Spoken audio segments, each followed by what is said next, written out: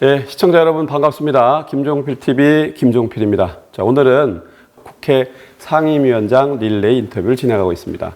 오늘은 이원욱, 삼선 의원이신데요. 이원욱 국회 방송통신정보 맞나요? 그게 맞아.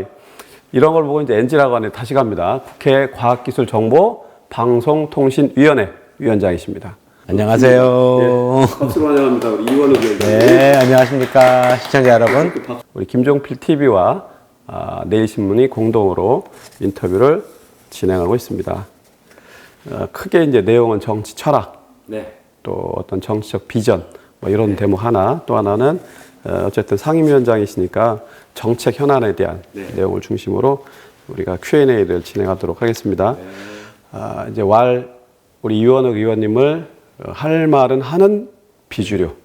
그러니까 이제 사회적으로 동의할 수 없는데요. 예, 일단 동의하지 않는 이유를 말씀을 주시는데 뭐 그런 세간에 세평이 있습니다. 또 뭐 호사가들은 친정세균 계보다 뭐 이런 얘기도 있고요. 또 어쨌든 그런 정치적 활동을 하셨는데 스스로 생각할 때 자신의 정치적 위상 또 역할은 어떻게 보고 계시는지 뭐 허심탄회하게 한번 말씀을 뭐 친정세균계라고 하는 거는 맞는 표현인 것 같고요. 호사가의 얘기가 아니고 뭐 저를 아는 대부분의 분들은 다 알고 있는 사실입니다. 심지어 정세균 총리께서 지난번 인사청문회 때 내 측근은 저기 이모 의원 한 명뿐이 없는데라고 하실 정도로 정세균 진솔하십니다. 총리도 인정하시는 정세균은 맞고 친정세균계인데 어떻게 비주류일 수 있겠습니까? 그건 완전히 형용 모순이죠. 네. 대통령이 가장 문재인 대통령께서 지금 현재 가장 신뢰하는 사람이 정세균 총리 아닌가 싶고요. 예. 거기에 그러면 정세균 총리가 가장 신뢰하는 자기 측근이라고 얘기하는 사람이 이원욱이라고 한다면 그것을 비주류라고 볼 수 있나요? 네, 그래서 하여튼 그렇진 않은 것 같고 친문 정서 이런 부분을 가지고 그렇게 구획을 굳이 그렇게 네이밍한 거 아닌가 싶기도 해요. 비주류는 아닙니다. 제 스스로가 생각해도 비주류는 아니고요. 당내에서도 뭐 여태까지 제가 재선 때 전략기획위원장도 했었고 원내 수석부대표도 했었고 뭐 이런 사람이 비주류라고 그러면 누가 당의 주류는 과연 누구겠습니까? 뭐 하여튼 그리고 이제 뭐 소신 있는 발언을 한다라고 하는 거에 대해서는 많이 듣는 편이고요. 정치인이 그때그때 할 말을 할 수 있는 것 이것이 굉장히 중요한 덕목이 아닌가라고 생각해서 저의 평상시 갖고 있었던 생각 이런데 뭐 당이나 정부 이런 데서 좀 잘못 대응하는 것이 있으면 그런 거에 대해서 저의 생각을 좀 거리낌 없이 표현하는 편이죠. 그렇죠. 정치인이 뭐 자기 소신을 진솔하게 어필하는 게 국민에게 다가가는 뭐 좋은 길이라고 생각을 합니다. 뒤에 정치적 포부나 뭐 역할에 관한 말씀을 듣도록 하고요. 지금 이제 한국 사회를 이렇게 보면 촛불 민심이 한국 정치 혁신 또 한국 사회의 어떤 질적 변화의 중요한 계기가 된 점은 잘 알고 계실 거고요. 그 이후에 이제 약간 이제 진영이 나뉘면서 뭐 조국 사태라고 표현되는 또 추미애 현 법무부 장관 아들 관련된 뭐 여러 가지 사안들이 있습니다.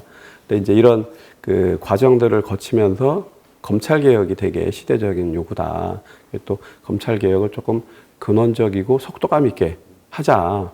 뭐 이런 요구나 흐름이 있습니다. 이 관계에 대해서는 어떻게 보십니까? 그러게요. 이제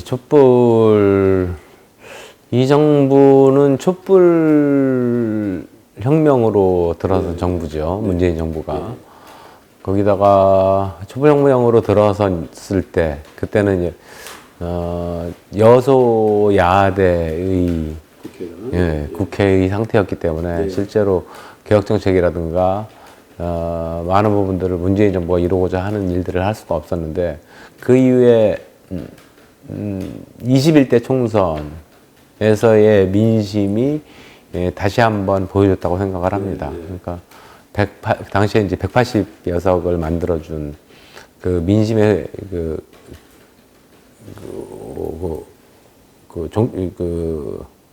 당시에 180여 석을 만들어준 민심이 척도가 어디에 있었을까? 무엇을 바랐기 때문에 더불어민주당에게 180석이라고 하는 거대한 의석을 몰아줬을까? 총선 민의. 네. 뭐, 이거에 대해서, 생각을 해보면, 사실 이제, 제가 촛불혁명이 났을 때, 그때 이것은 계속 제가 블로그에다가 그 당시 글을 올린 적이 있었는데요. 이거는 저는 혁명이라고 부른다. 그리고 혁명은 이지만 미완의 혁명이고 계속되는 과정 중에 하나일 것이다. 뭐 갑자기 뭐 박근혜 대통령이 탄핵됐다고 혁명이 완수되는 게 아니고 그 혁명이라고 하는 거는 완수해야 될 과제들이 완수되면서 완성을 이루어지는 과정 아니겠습니까? 혁명은 과정이죠. 혁명은 일시적인 시점에서 만들어지는 게 아니고 과정의 연속이라고 봤을 때, 근데 촛불혁명이 그런 거라고 생각을 했는데, 아마 21대 총선에서 보여준 민의가 촛불혁명의 완수를 국회가 조금 더 가열차게 해달라라고 했던 거였을 것 같고요. 그 중에는 검찰개혁, 언론개혁, 뭐 이런 것들이 들어있으리라고 생각을 합니다. 그래서, 이것이 좀 국회라고 하는 곳이 대화와 타협의 공간이기도 하거든요. 그래서 진짜 지난 국회 20대 때 제가 원내수석부 대표를 하면서 공수처법 그다음에 검경수사권 조정의 문제, 검찰개혁의 문제 이런 문제에 대해서 야당하고도 당시에 얘기를 많이 나눴었는데 참으로 많은 내용들이 좀 의견들이 좁혀져 왔었거든요. 좁혀져 왔었는데 그때 좀 시간이 좀 부족해서 그걸 마지막 야당과 합의를 보지 못하고 이제 필리버스터라고 하는 과정을 통해 가지고 민주당과 우호 정당들이 같이 통과시킬 수뿐이 없었는데 좀 그런 부분은 아쉽죠. 어찌됐든지 검찰개혁과 언론개혁은 지금 민주당의 180석을 몰아준 국민들의 민의라고 보여집니다. 그래서 그거는 반드시 짚고 넘어가야 될 문제. 그런 방향으로 계속 전진할 거고 그걸 꼭 실현을 하도록 역할하시겠다. 이런 말씀을 이제 강조하신 걸로 이해하고요. 그다음에 이제 정치권의 흐름을 보면 최근에 이제 정의당 야권 중에 정의당에서는 이제 우리 40대 세대적으로 보면 40대 당대표가 이제 출연을 했습니다. 민주당 내에서도 이제 왈 세대 교체에 대한 요구가 사실 역사적으로 항상 있는 건데 민주당 내에도 있고 과거에 이제 386이었던 세대 지금 이제 586이라고 이제 하는데 586의 역할을 초심으로 돌아가라. 그것도 한편으로 보면 약간 권력적 행태가 있는 거 아니냐. 뭐 이런 비판 여론도 있습니다. 이런 여론들, 이런 시각에 대해서 어떤 입장을 갖고 계신지, 또 어떤 역할을 하고 싶으신지 좀 말씀을. 세대교체라고 하는 게 이제 정치인의 생물학적 나이를 통한 세대교체라고 하는 게 하나 있을 수가 있고요. 꼭 그것만이 과연 시대 정신을 제대로 읽을 수 있는가라고 하는 거에 대해서는 저는 의문의 여지는 있습니다. 세대 교체 자체가 그러니까 젊은 사람이라고 과연 그 시대의 시대 정신을 제대로 반영하는 정치인이냐? 이퀄 관계는 아니다. 나이하고는 상관없이 정치인이 가져야 될 가장 중요한 덕목은 그 시대의 시대 정신을 읽을 수 있는 능력이라고 보고요. 그 시대 정신이라고 하는 건 그 시대에서 가장 모순된 구조를 해결하려고 하는 의지의 문제인 것 같죠. 그러니까 젊은 사람이라고 해서 그것을 실현할 것인가, 제대로 읽을 것인가, 나이 많은 사람이라고 해서 그걸 못 읽을 것인가, 라고 하는 데는 등식이 성립하지는 않는다라고 하는 거죠. 그러니까 좀 386에 대해서도 말씀을 해주셨는데 386에 대해서 좀 아쉬운 부분들이 좀 있긴 있습니다. 그러니까 일반 국민들이 생각할 때 너네들은 초심을 잃은 거 아니냐라고 하는 이런 말씀들을 하시죠. 그리고 특히나 권력에 취해 있는 거 아니냐라고 하는 이런 말씀들을 하시는데 그런 충고가 왜 나왔을까라고 하는 것을 고민을 해보면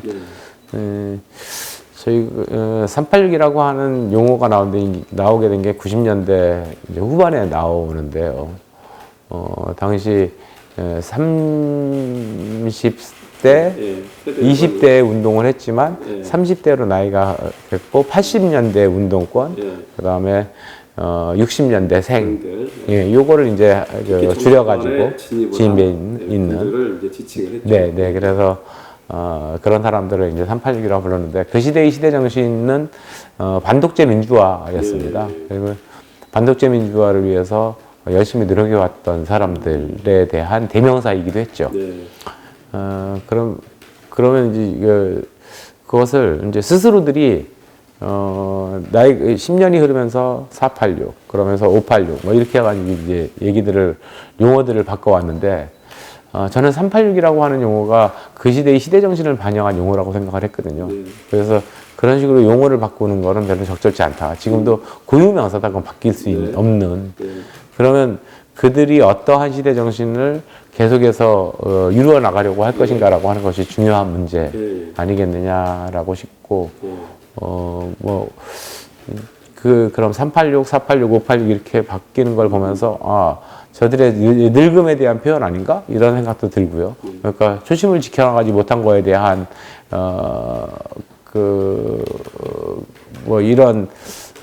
초심을 지켜나가지 못한 거를 스스로들이 자임하고 있는 거 아닌가라고 하는 이런 생각도 좀 들었습니다. 그래서 저는 하여튼 386이라고 하는 용어는 계속 좀 고유명사로서 가져야 되고 그렇다고 해서 반독재 민주화만이 아니고 그 시대의 시대 정신이라고 하는 거는 변해가는 겁니다. 그러니까 사실은 지금 대한민국 사회는 어떻게 보면은 최소한 절차적 민주주의에 있어서는 너무나 과잉이라고 할 만큼 민주주의가 많이 이루어진 사회죠. 오히려 너무 과잉 아니냐라고 하는 우려까지 있을 정도 아니겠습니까?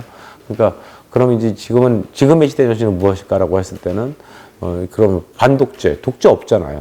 민주화 뭐 이것도 아니지 않습니까? 그러면 어떠한 가치를 가지고 그 386 세대들이 대한민국의 모순을 풀어갈 것인가라고 하는 문제를 이제 고민을 해야 되고 그거는 뭐 너무나 많지 않습니까? 뭐 사회 양극화 문제, 지방소멸의 문제, 그렇죠, 일자리 문제, 청년의 불안, 뭐 이런 여러 가지들이 그런 것들을 천착하고 그거를 해결하기 위해서 노력해야 되는 것. 이것이 386 시대들이 가져야 될 모습이라고 생각한다면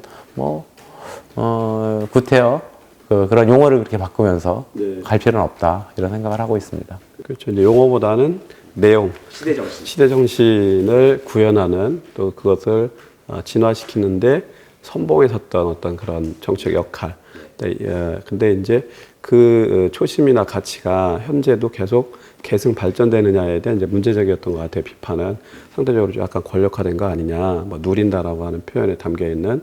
그래서 시대 정신을 해결하는데 선봉에 서고, 그러니까 정치 혁신의 가장 최선에서 역할을 하는 어떤 이런 방향으로, 우리 뭐 전화 또 중요한 전화는 받기도 해야 됩니다. 이제 그런 면에서 자기 혁신, 또 자기 성찰 이런 것들을 통해서 진화하기를 바라는 애정 어린 비판들도 있다고 보여집니다. 체감적으로 말씀을 잘 주셨고요. 자, 이제 좀 다른 각도로 지금 우리 집권 여당인 거대 여당인 민주당은 총선 민의가 싸우지 말고 일하는 국회를 실천을 해라. 이게 이제 민심의 요구다라고 다 하고 있습니다. 근데 이제 이게 이제 그 과부하가 걸린 거죠. 법안 발의도 이제 지나칠 정도로 완성도 떨어지는 법안들도 막 나오고 이렇게 되고 있는데, 자 어쨌든 그게 이제 전체적으로 총론만이 아니라 일선에서 지금 책임지고 있는 상임위원회가 과방입니다. 과방의 이제 위원장으로서 이걸 그러면 일하는 국회를 여기서 어떻게 현실화할 거냐. 과거에 이제 원내 수석 부대표도 하셨고 하니까 여야 간에 어떻게 이거를 잘 소통을 하고 협치하는 이런 부분에 대한 원칙이나 방안들은 어떻게 갖고 계신지 좀 소개해 주시죠. 민주당에서 1호 법안, 당론 1호 법안으로 낸 게 일하는 국회법인데요. 일단 일하는 국회법이 빨리 조속히 통과되는 것이 중요하다고 생각을 합니다. 그러니까 이미 지금 법에도 상당히 많이 바뀌어서 예. 뭐 소위는 2주일에 한 번씩 열어야 되고 상임위는 뭐 또 2주일인가 한 달에 한 번씩 열어야 되고 뭐 이런 것들이 국회법에 다 규정이 돼 있는데 지금 그 국회법의 더 큰 국회법의 그 정신이 여야가 합의하는 합의제 구조로 돼 있거든요. 네. 그러다 보니까 뭐 그런 국회법에 돼 있어도 여야 간사 간의 합의가 이루어지지 않으면은 아무런 소용이 없는. 그래서 사실상 어떨 때는 그냥 의원들은 계속 대기만 하고 앉아 있고 뭐 오늘 소위 있어가지고 가려고 하면은 뭐 거기에 소위에 어떤 법안을 안건을 올릴 것인지가 합의가 안 돼서 이루어지지 않고 뭐 이런 것들의 지금 반복이거든요. 그러다 보니 의원들이 일을 안 하려고 하는 게 아니고 지금 일을 하고 싶어도 그런 합의제 구조 때문에 하지 못하는 구조화되어 있습니다. 그래서 일단 국회법을 통과시키는 게 무엇보다도 중요하다고 생각이 되는데 국회법이 통과되기 전이라도 상임위 내에서 좀 그런 일할 수 있는 구조를 만들어가는 것도 매우 중요한 문제라고 보여집니다. 그래서 제가 지금 여기 상임위원장 되고 나가지고 지금 이제 바로 국감이 치러지는 바람에 아직 제대로 시스템을 만들고 있지 못하는데 현재는 매주 월요일마다 국회 우리 상임위 사무처 직원들하고 그 정례 회의를 시작을 했고요. 그 모임에 여야 간사도 같이 회의를 해보려고 하고 있습니다. 그래서 이제 국감이 끝나면은 그런 걸 통해 가지고 조금 더 우리 최소한 우리 그렇죠. 우리 상임위만이라도 뭐 날짜가 딱 되면은 무조건 뭐 매주 화요일 날은 소위를 한다. 소위원회 법안 소위를 한다. 뭐 이런 것들이 좀 정리가 되고 관리가 되면 참 훨씬 더 많은 생산성 있는 국회를 만들 수 있지 않을까 생각을 하고 있습니다. 네.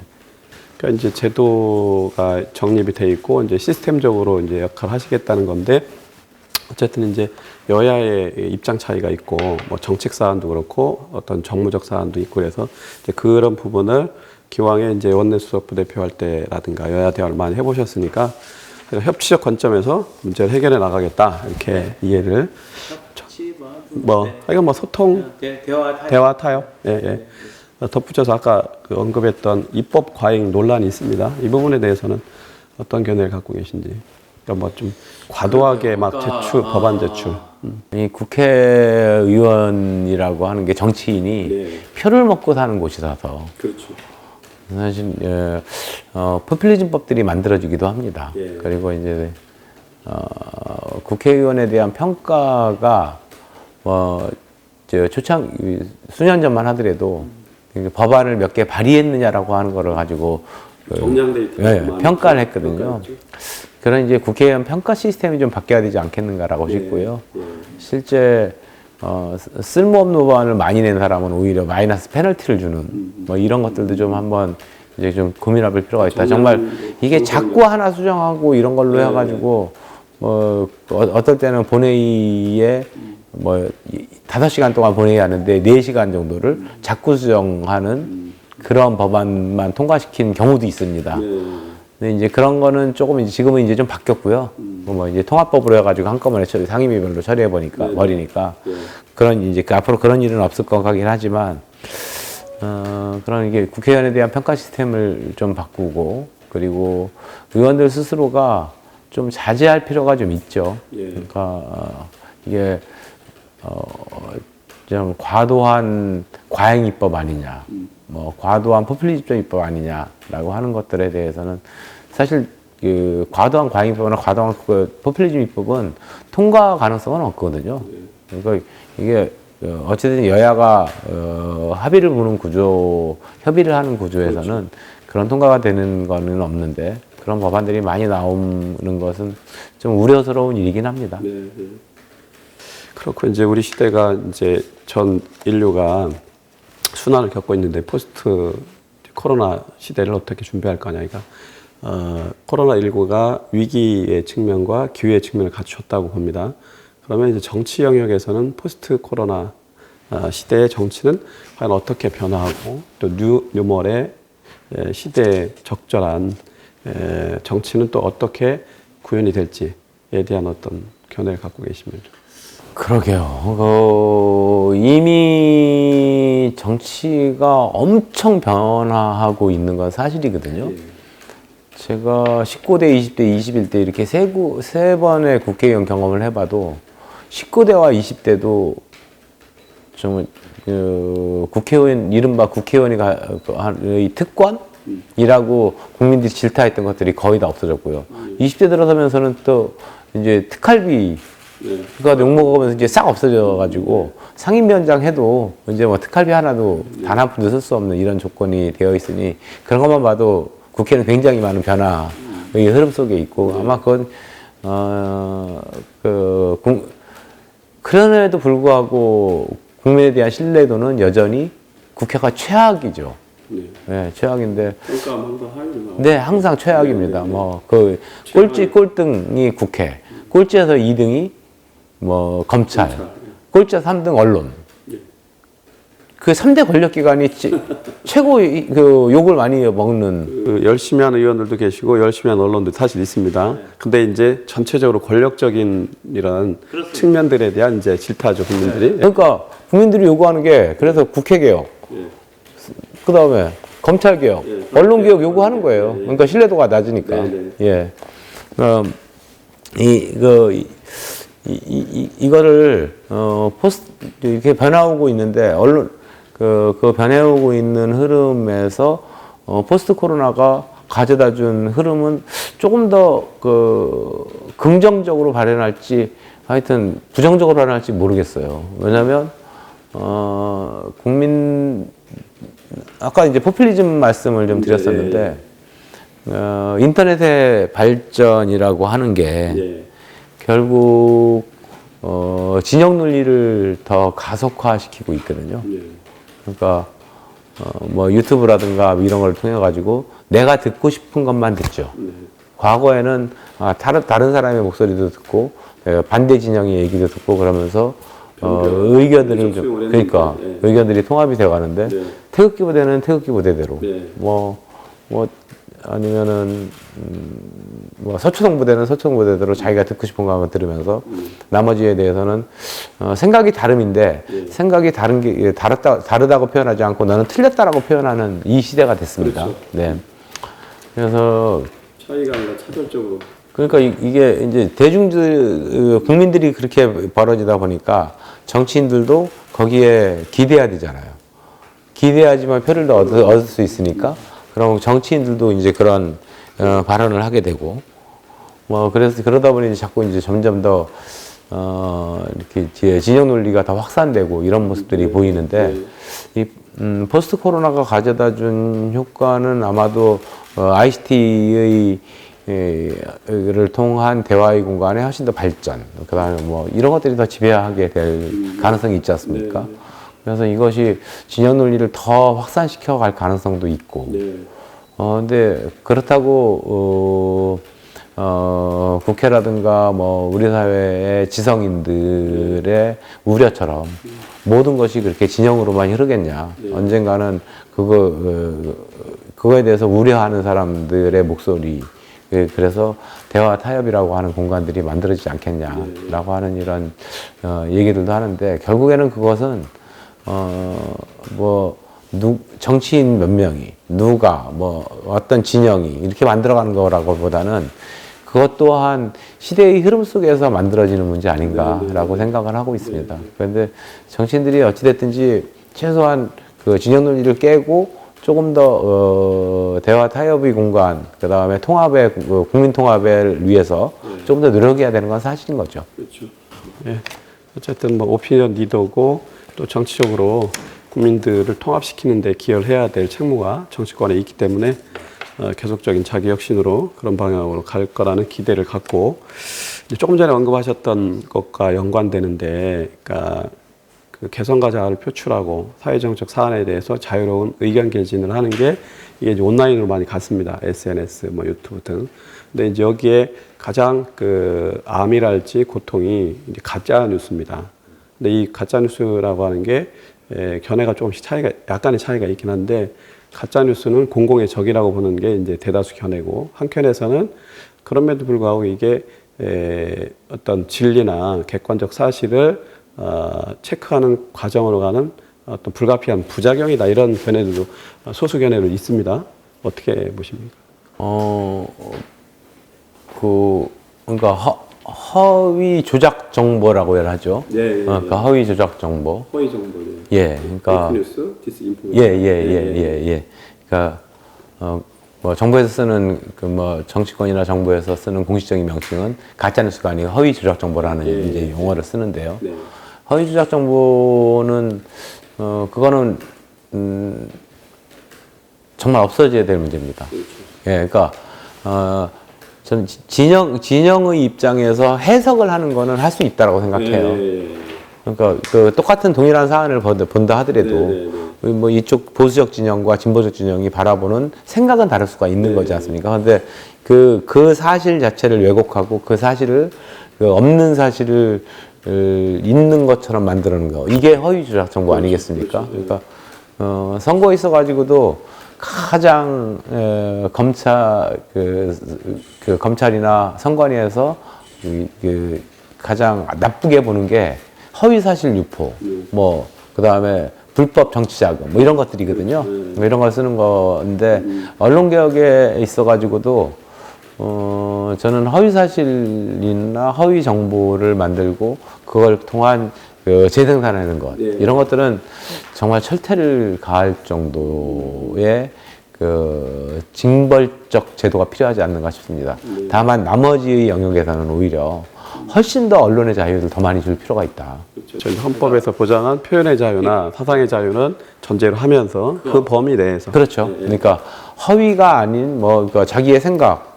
아까도 말씀드렸듯이 우리는 진보 언론이야. 그러면 진보 언론의 입장에서 얘기하고 보수 언론의 입장에서 얘기할 수 있는 이런 것들은 뭐 허위가 아니라면 얼마든지 깊게 누리고 뭐 할 수 있는 이런 언론의 자유를 보장해야 되지만 그것이 허위인 경우.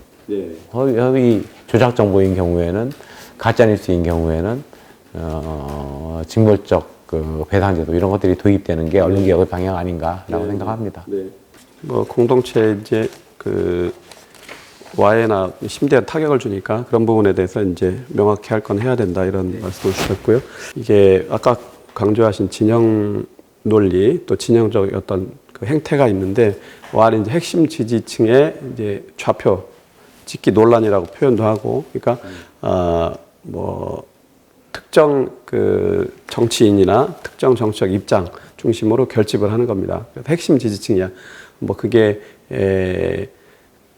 뭐 친문, 반문 이런 식으로도 하고, 또 뭐 친박, 비박 이렇게 정치권 내에서는 그런 게 있었던 것처럼 진보, 보수 이런 게 이제 서로 막 격돌을 합니다. 그러니까 이제 이게 과하게 지나치게 의견 개진이 돼서 논란이 사회적으로 있고, 이런 부분들에 대해서는 어떤 입장을 갖고 계십니까? 아까도 이미 말씀을 드렸는데요. 그러니까 지나치게 나라가 그러니까 양극단화되는 모습은 굉장히 안 좋은 모습이죠. 그러니까 국민 분열되는 거거든요.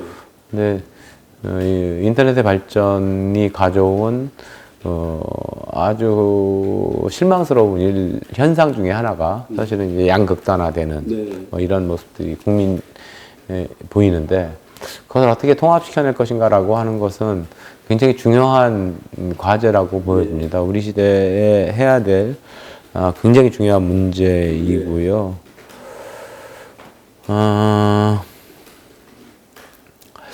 아마도 제 생각에는, 그러니까 뭐 이게 이른바 변증법이라고 하는 게 있지 않습니까? 이제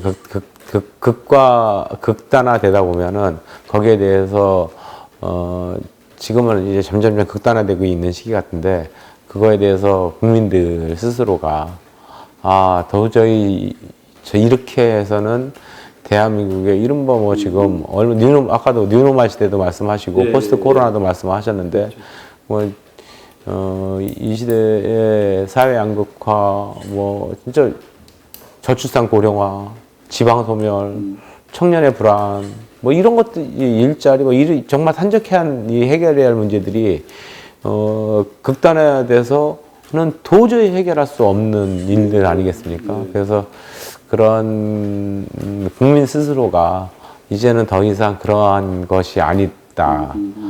그러한 정치가 올바르지 않다라고 하는 국민들이 곧 빠른 시간 내에 오히려 또 제3의 힘으로써 생길 수 있을 가능성이 있습니다. 그리고 그렇게 되면은 그러한 국민들을 대변하는 정치의 영역에서도 그러한 그 정치인들이 많이 탄생할 가능성이 있고요. 뭐 항상 극단화되다 보면 새로운 그 통합의 모습들이 보여지는 것이 그 사회 역사의 흐름이었으니까 한국 사회도 곧 그런 새로운 흐름들이 만들어지지 않겠는가 이렇게 생각합니다. 역사와 국민을 믿고 그 새로운 흐름에 선봉에 서시기를 기대하면서 그 말씀 그렇게 정리하고요. 어쨌든 우리 그 입법 과제에 대한 질문을 좀 드리겠습니다. 평소에 이제 수소차 등 수소 경제에 대해서도 관심이 많은 걸로 알고 있고, 정부도 이제 뉴딜 정책 뭐 이런 것도 문재인 정부도 강조하고 있고, 또 시대적으로도 4차 산업혁명 시기에 우리가 본격적으로 진입을 했습니다. 근데 이제 정부의 이런 노력에 대해서는 어떤 평가를 하고 계시고, 이거를 입법부 차원에서 입법 과제로 어떻게 이거를 구현할 건가, 이 부분에 대한 말씀을 좀 해주시죠. 이명박 정부 때 국정과제가 저탄소 녹색 사회였던가? 녹색 성장에. 그죠? 그래가지고 녹색 성장 얘기를 했었고요. 그 녹색 성장 위원회를 만들어서 아주 많은 그 로드맵들을 만들어 갑니다. 그랬죠. 그때 만든 것 중에 만든 로드맵 중에 하나가 수소 사회를 빨리 그 선도하겠다라고 하는 것이 있었거든요. 그런데 아쉽게도 박근혜 정부로 들어서면서 그 녹색 성장의 아젠다가 완전히 사라져요. 만약에 그때 녹색 성장의 아젠다를 계속 지켜왔으면 수소 사회를 지금 아마 물론 지금도 많은 부분에서 한국이 앞서 있긴 하지만 세계 최고의 수소 경제를 열어가는 나라가 되어 있지 않을까라고 하는 아쉬움이 굉장히 많습니다. 제가 이제 수소 에너지 백과사전이라고 하는 책도 내고 그러면서 그리고 20대 국회 때는 수소 경제법을 워킹그룹 만들어가지고 1년간 연구해서 가장 최초 발의를 하기도 하고 해서 이제 수소 경제법을 끝날 때쯤에 어렵게 제정을 하긴 했는데요. 근데 그만큼 이제 늦어진 거죠. 그러니까 한 7, 8년 이상이 MB 정권 때 만든 것이 공백기가 좀 있었다라고 하는 것이 참 아쉬운 문제고, 그나마 다행인 것은 문재인 정부의 국정과제로 그린 뉴딜, 그다음에 뭐 이런 것들이 이제 포함이 되면서 그 수소경제 사회로의 진입을 아주 빨리 준비하고 있다라고 하는 거고요. 뭐 만약에 그때 이제 MB 대통령 시절에 만든 녹색 성장 아젠다를 계속 가지고 왔으면 지금 우리가 이제 수소 사회에서 수소 경제와 관련해가지고 앞서 있는 것이 가장 앞서 있는 것은 딱 하나 정도뿐이 없거든요. 그 현대차 넥소. 자동차 분야니까 분야 빼놓고는 나머지는 다 전 세계적으로 다 뒤져 있습니다. 나라별로 어떤 나라는 그 수소 기차는 프랑스의 알스톰이라고 하는 회사가 가장 앞서 있고 나라별로 다 이렇게 쪼개져 있긴 하지만 그걸 이제 그러면 어떻게 하면 이 기술력을 빨리 회복해서 세계 최고의 기술력을 회복할 것인가라고 하는 것들을 우리 이제 고민을 많이 해야 된다라고 싶고, 기업인들이나 이제 과학기술인들을 만나면 항상 하는 얘기들이 있습니다. 그래, 나 해고 싶은데 규제 때문에 못하겠어. 이 규제 때문에 못하겠어라고 하는 얘기들을 항상 하는데, 이 규제 시스템을 이제 진짜 본격적으로 바꿔 나갈 때가 됐다라고 생각을 해보고 있습니다. 그러니까 지금 이제 수소 사회로의 진입, 그리고 뭐 4차 산업혁명이라고 하는 게 정말 빨리 변하니까 네. 새로운 직업군도 엄청 빨리 나오고 새로운 기술도 엄청 빨리 나오고 있지 않습니까? 이거를 모든 것을 법으로 규제하려고 하면은 아무것도 못할 수뿐이 없는 이런 거죠. 그러니까 너네들은 법에서 규정된 것만 해라고 돼 있는 게 이제 포지티브 법이지 않습니까? 법으로 규정되지 않은 거는 너네들은 다 할 수 있어. 라고 하는 이 네거티브 법으로 빨리 전환을 해야 4차 산업혁명 시대에 부응할 수 있는 그러한 국회의 그 기능이 만들어지는 거 아니냐라고 생각을 해서 어제 제가 국정감사 말미에도 규제법을 지금 4차 어떻게 포지티브 법을 네거티브 규제법으로 바꿔갈 것인지에 대해서 과기부에서 본격적으로 연구해야 된다라고 하는 얘기들을 좀 했습니다. 국회 내에서 하여튼 그런 역할들을 열심히 해보려고 하는데요. 국민들 이해를 좀 돕기 위해서 한번 예를 하나 들어드릴게요. 이게 선거법이 대표적인 그 포지티브 법이거든요. 선거법은 열거주의법이라 가지고 아주 무수하게 많은 것이 이제 쫙 거기에 해당되는 건 열거가 되어 있고 그것만 할 수 있습니다. 그렇지 않은 걸 하면은 다 선거법 위반이에요. 근데 참으로 참으로 한심한 게 그러니까 실제로는 선거에서 우리가 막고자 하는 거는 선거도 허위사실 유포, 그 다음에 불법적인 자금을 쓰는 것, 뭐 이런 것들만 막으면 되거든요. 나머지 입으로 하는 거는 다 풀어줘도 됩니다. 근데 그거를 입으로 하는 것도 요거는 요 자리에선 요런 얘기 되고 요 자리에선 요런 얘기는 안 되고 이러고 있고요. 하나 예를 들어보면 그 선거운동 기간 동안에 예비 후보를 등록하고 선거 운동 기간 동안에 대량 문자를 5번을 발송을 할 수 있습니다. 선관위에 이제 사전에 신고를 하고 이제 발송을 하는 건데요. 이제 그거에 대해서는 선거 비용 내에서 보전을 해줘요. 15% 이상 득표를 하면. 네. 근데 그러면 사람들이 5번뿐이 못 보내냐? 그렇지 않습니다. 20개씩 끊어가지고 보내면 5번 이후에도 또 보낼 수 있어요. 그래가지고 하루 종일 뭐 한 10만 개를 보내려면은 한 7시간, 8시간 동안 누군가 한 명은 그 컴퓨터 앞에 앉아가지고 20개씩 보내느라고 이렇게 엔터를 치고 있는 겁니다. 그런 이제 프로그램들이 나온 거죠. 그러니까 그것 또한 선관위에서 보존도 해줘요.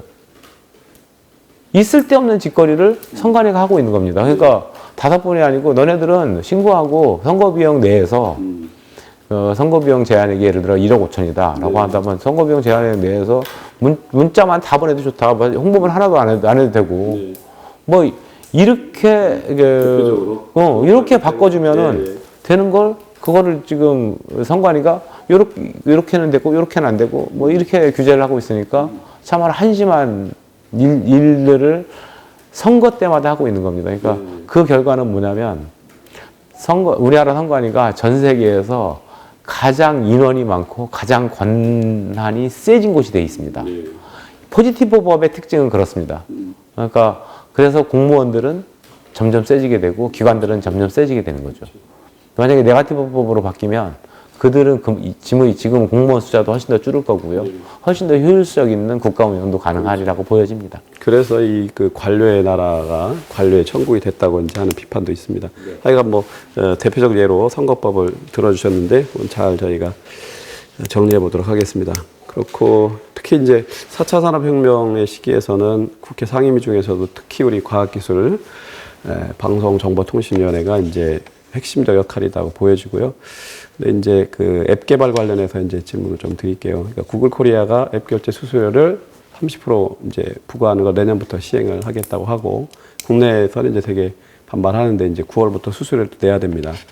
근데 이런 부분들에 대한 해법은 어떻게 국회 차원에서는? 그러게요. 그 문제에 대해서는 그 특정한 결제 수단을 강요하지 말아야 된다라고 하는 법안들이 지금 많이 나와 있습니다.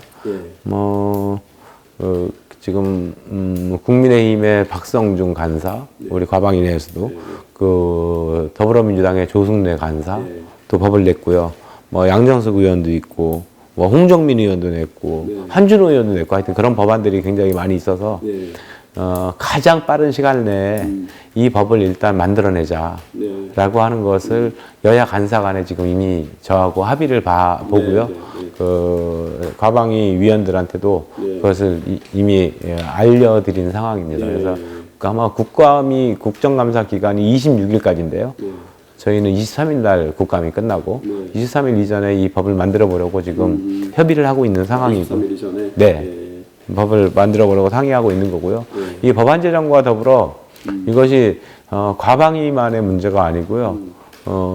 공정거래위도 문제가 되고 기재위도 문제가 되고 국세청 뭐 이런 데들이 다 문제가 되는 거여서 관련된 위원장들하고 좀 논의를 해서 그 관련된 관사들이나 위원장들하고 같이 논의를 해가지고 여야가 함께하는 그 TF를 만들어서 공동 대응을 좀 할 필요가 있다.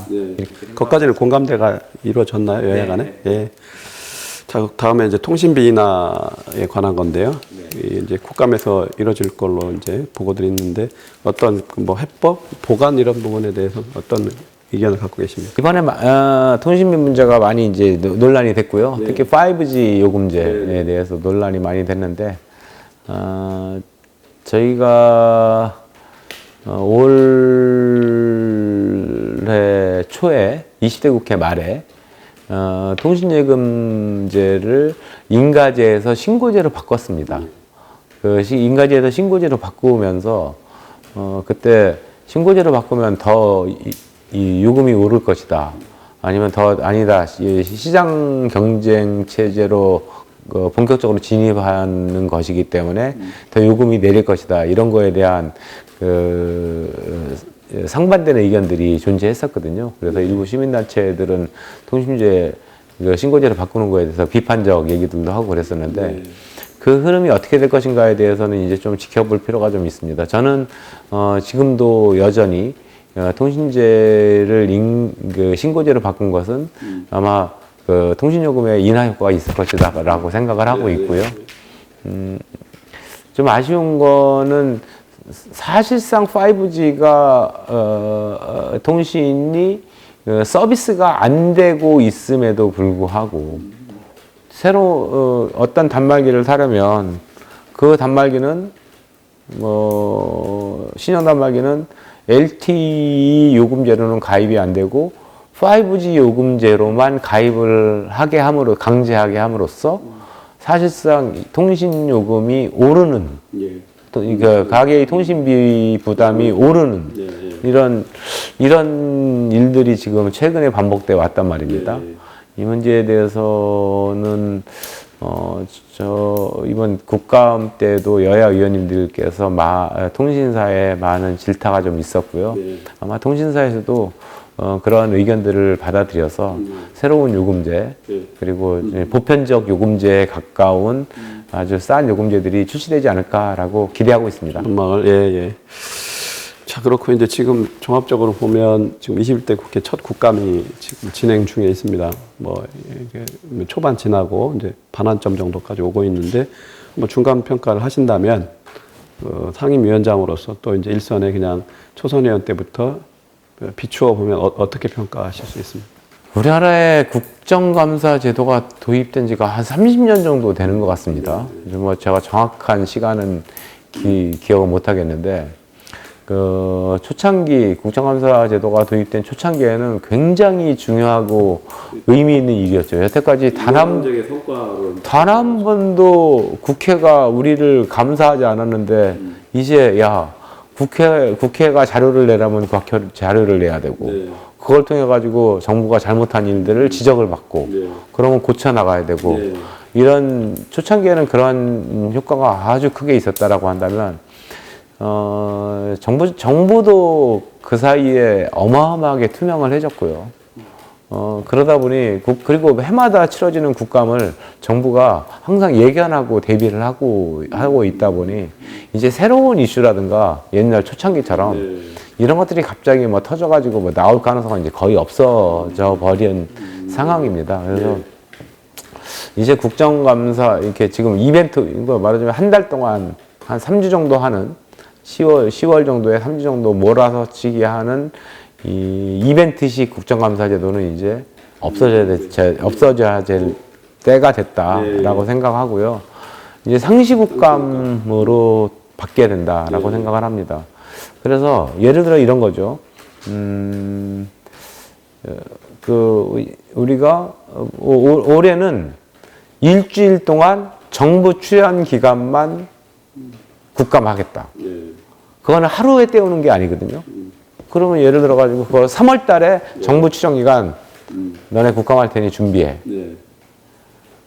그리고 뭐 이제 또 뭐 특별한 사안이 터지면 또 집중 국감은 그러죠. 인터넷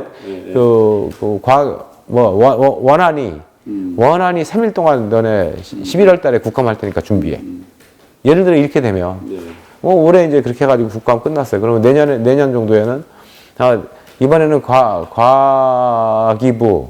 과기부에서도 1차 간소관만 과학기술 정책을 다루는 1차 간소관만 일주일 동안 국감할 테니까 준비해. 예를 들어 이런 식으로 국감이 된다면 훨씬 더 강하게 준비가 될 것이고 하루에 그냥 뭐 이렇게 하루만 넘기면 된다라고 하는 식의 공무원들도 태도를 안을 것 같고요. 그래서 저는 상시국감 체계로 이제 좀 바꿔서 공무원들은 굉장히 어려워할 겁니다. 예. 그래도 하여튼 그런 이제 제도 개선을 모색할 필요가 됐다 이렇게 생각합니다. 상시국감에 대한 국민 공감도가 높으니까요.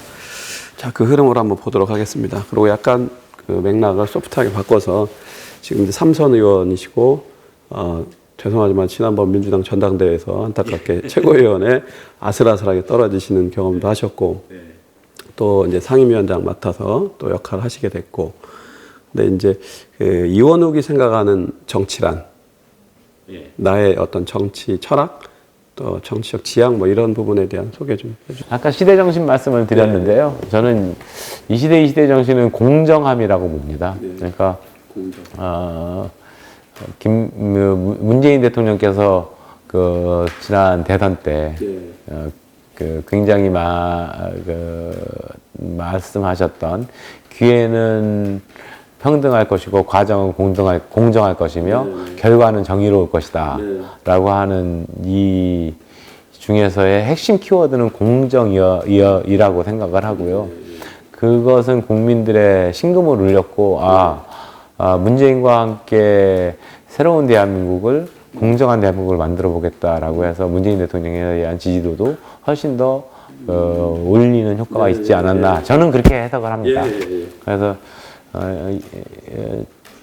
최근에 이제 20대, 특히 20대, 30대들은 공정이라고 하는 가치에 굉장히 민감하게 반응하는 사람들이고요.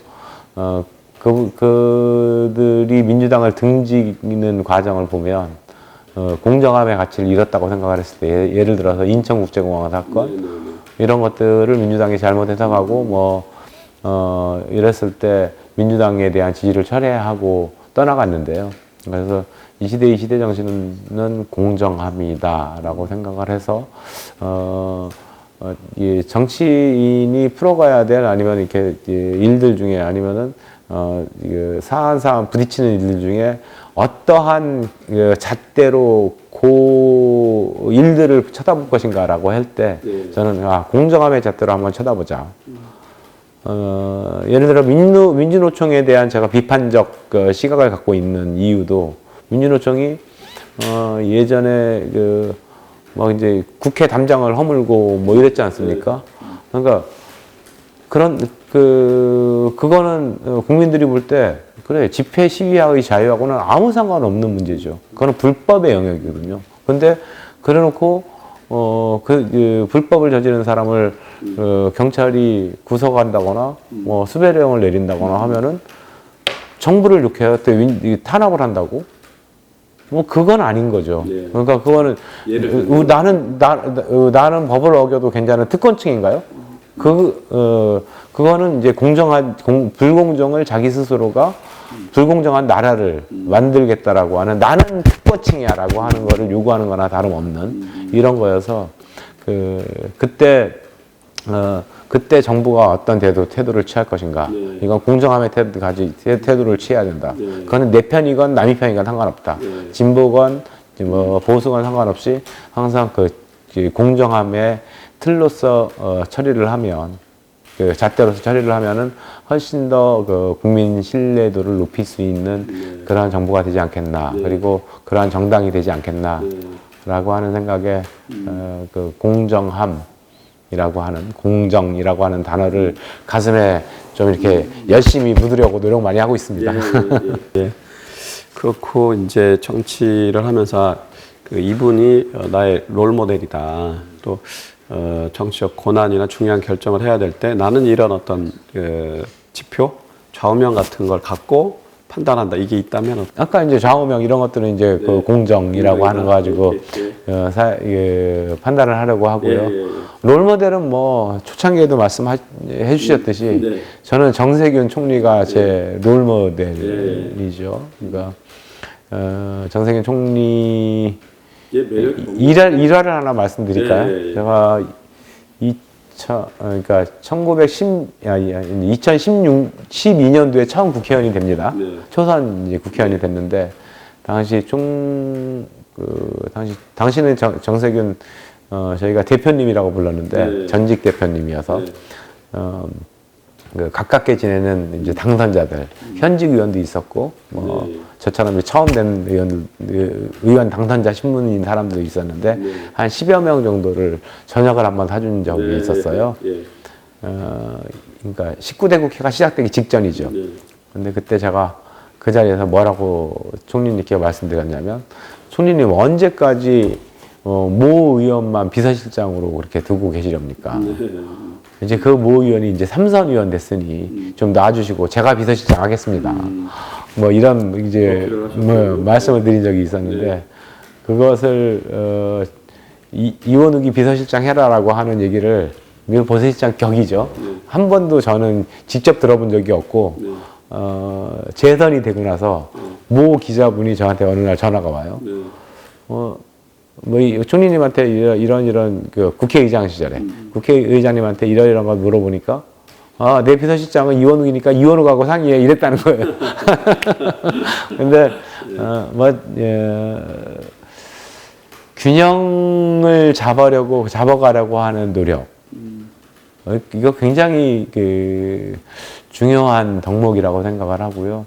특히나 총리께서 요 최근에 얘기하고 계시는 이제 정치적 키워드를 보면은 선도 경제, 포용 사회, 국민 통합 이 세 가지 키워드를 말씀하시는데 이제 우리가 맨날 추격 경제 하지 말고 이제 선도 경제를 좀 해보자. 이거 뭐 4차 산업혁명기에 우리 절망한 청년들한테 새로운 일자리를 만들고 희망을 만들어주기 위한 가장 중요한 덕목 아니겠습니까? 그다음에 포용 사회. 정말 아까 계속 말씀하신 사회적 양극화, 진영의 양극화, 지방과 중앙의 양극화 이런 문제를 어떻게 포용해서 나라를 만들 것인가라고 하는 문제 굉장히 중요한 덕목이고 그런 거를 이루기 위해서는 진영으로 갇혀서 나라 국민들이 분열돼 있으면 안 되는 거죠. 그 국민을 어떻게 통합시킬 것인가라고 하는 이런 걸 말씀하시는데 거기에다가 저는 공정이라고 하는 그 세 가지 플러스 정치적 철학으로서 공정이라고 하는 단어를 하나 더 넣으면 어떨까. 그래서 총리님 한번 뵈면 그런 제안 한번 드리려고요. 제가 이 영상으로 제안을 드리겠습니다. 예, 뭐 주신 말씀을 잘 저희가 정리해서 우리 독자, 시청자들하고 잘 소통하겠습니다. 예, 귀한 시간 또 우리 국감 중이고 한데 시간 내주셔서 고맙습니다. 아유, 마치겠습니다. 우리 김종필 TV에 출연할 수 있어서 아주 큰 영광입니다. 네, 독자 고맙습니다. 네. 공정한 대한민국 화이팅! 이원욱! 화이팅! 김종필 화이팅! 아이고. 구독과 좋아요 버튼을 눌러주세요.